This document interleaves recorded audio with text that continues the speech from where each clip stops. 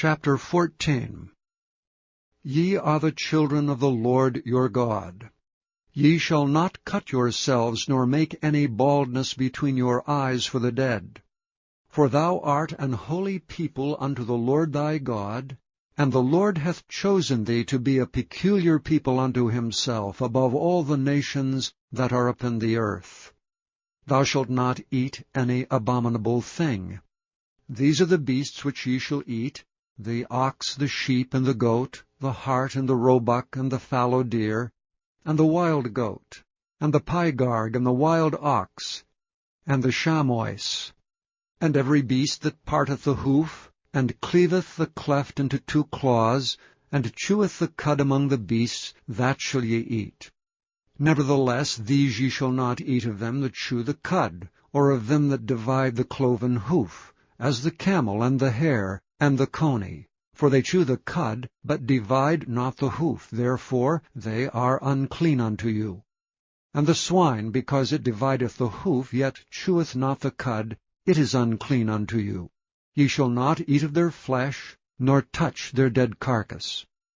These ye shall eat of all that are in the waters. All that have fins and scales shall ye eat. And whatsoever hath not fins and scales ye may not eat. It is unclean unto you. Of all clean birds ye shall eat. But these are they of which ye shall not eat: the eagle, and the ossifrage, and the osprey, and the glede, and the kite, and the vulture after his kind, and every raven after his kind, and the owl, and the nighthawk, and the cuckow, and the hawk after his kind, and the little owl, and the great owl, and the swan, and the pelican, and the gyre eagle, and the cormorant, and the stork, and the heron after her kind, and the lapwing, and the bat. And every creeping thing that flieth is unclean unto you. They shall not be eaten. But of all clean fowls ye may eat. Ye shall not eat of any thing that dieth of itself. Thou shalt give it unto the stranger that is in thy gates, that he may eat it, or thou mayest sell it unto an alien. For thou art an holy people unto the Lord thy God. Thou shalt not seethe a kid in his mother's milk. Thou shalt surely tithe all the increase of thy seed, that the field bringeth forth year by year.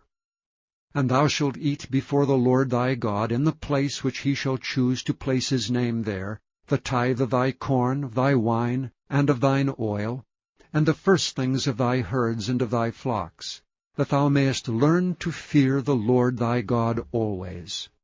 And if the way be too long for thee, so that thou art not able to carry it, or if the place be too far from thee, which the Lord thy God shall choose to set his name there, when the Lord thy God hath blessed thee, then shalt thou turn it into money, and bind up the money in thine hand, and shalt go unto the place which the Lord thy God shall choose.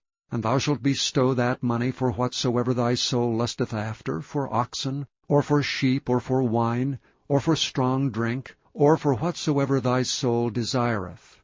And thou shalt eat there before the Lord thy God, and thou shalt rejoice, thou and thine household, and the Levite that is within thy gates. Thou shalt not forsake him, for he hath no part nor inheritance with thee. At the end of 3 years thou shalt bring forth all the tithe of thine increase the same year, and shalt lay it up within thy gates. And the Levite, because he hath no part nor inheritance with thee, and the stranger, and the fatherless, and the widow which are within thy gates, shall come, and shall eat and be satisfied, that the Lord thy God may bless thee in all the work of thine hand which thou doest.